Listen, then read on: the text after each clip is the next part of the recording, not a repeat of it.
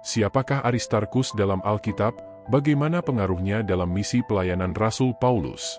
Temukan jawabannya dalam video ini. Nama Aristarkus memiliki makna pemimpin terbaik atau pangeran terbaik. Dia adalah rekan kerja dalam pelayanan Rasul Paulus. Namanya pertama kali disebutkan dalam kitab Kisah Para Rasul ketika terjadi kerusuhan di kota Efesus. Gaius dan Aristarkus, mereka berdua disebutkan dalam Alkitab sebagai teman seperjalanan Paulus dalam menjalankan misi penginjilan. Kisah Para Rasul 19, ayat 21 dan 27 menceritakan, saat Paulus berkhotbah dan menyebarkan Injil di wilayah kota Efesus, hal itu membuat Demetrius dan para pengrajin patung berhala Artemis merasa kesal. Mereka merasa terancam karena semakin banyak orang percaya dan menerima ajaran Injil yang diwartakan oleh Paulus. Sehingga hal itu mengurangi penjualan patung Artemis yang mereka buat. Itulah sebabnya mereka marah dan membuat kerusuhan di kota. Dalam kerusuhan itu, tampaknya massa tidak dapat menemukan Paulus. Jadi mereka menahan Aristarkus dan Gaius sebagai gantinya. Hal ini memperlihatkan bahwa pesan Injil begitu kuat dan mempengaruhi banyak orang di sana. Aristarkus dan Gaius berada dalam posisi berbahaya. Namun, 2 jam kemudian, juru bicara kota berhasil meyakinkan massa untuk membubarkan diri. Aristarkus berasal dari Makedonia yang tinggal di ibu kota Tesalonika.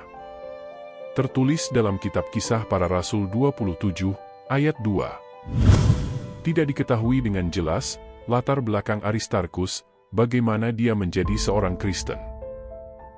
Meskipun beberapa komentator mengatakan, kemungkinan Aristarkus adalah seorang Yahudi yang berpindah keyakinan menjadi seorang Kristen. Apapun itu, Aristarkus adalah seorang sahabat setia bagi Rasul Paulus dan ikut serta mendampingi Paulus dalam beberapa perjalanan misionarisnya. Setelah kerusuhan di Efesus, Paulus melanjutkan pelayanannya ke Yunani dan memutuskan untuk kembali melalui Makedonia setelah tinggal selama 3 bulan di sana. Aristarkus dan beberapa pendamping lainnya, termasuk secundus dari Tesalonika, ikut serta dalam perjalanan tersebut. Hal ini tertulis dalam kitab Kisah Para Rasul 20, ayat 4.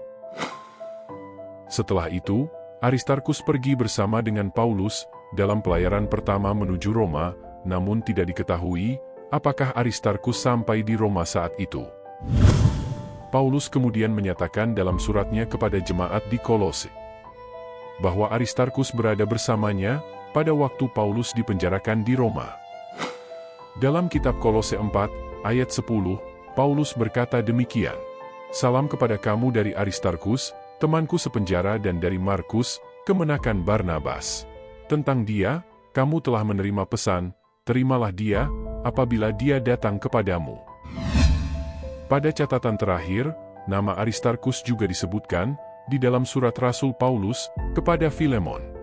Filemon 1, ayat 23 dan 24, yang berbunyi demikian.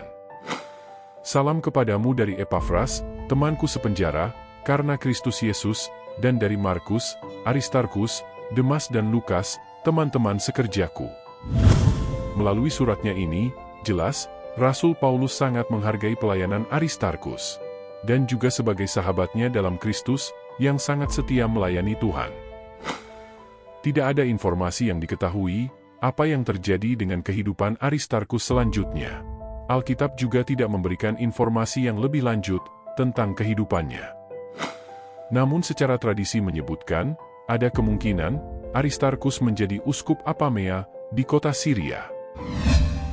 Meskipun Alkitab hanya sedikit sekali menyebutkan latar belakang kehidupan Aristarkus, namun satu hal yang kita ketahui, bahwa Aristarkus adalah seorang pengikut Kristus yang setia, yang melayani bersama dengan Paulus.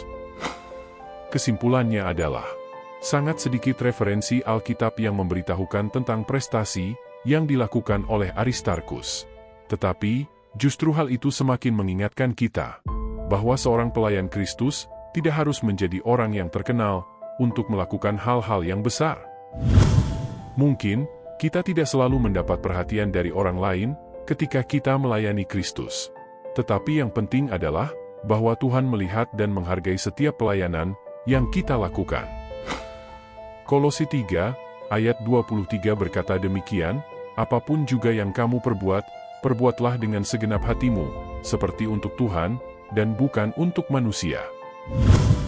Sekian dulu video kali ini, semoga video ini bermanfaat. Sampai jumpa lagi di video berikutnya.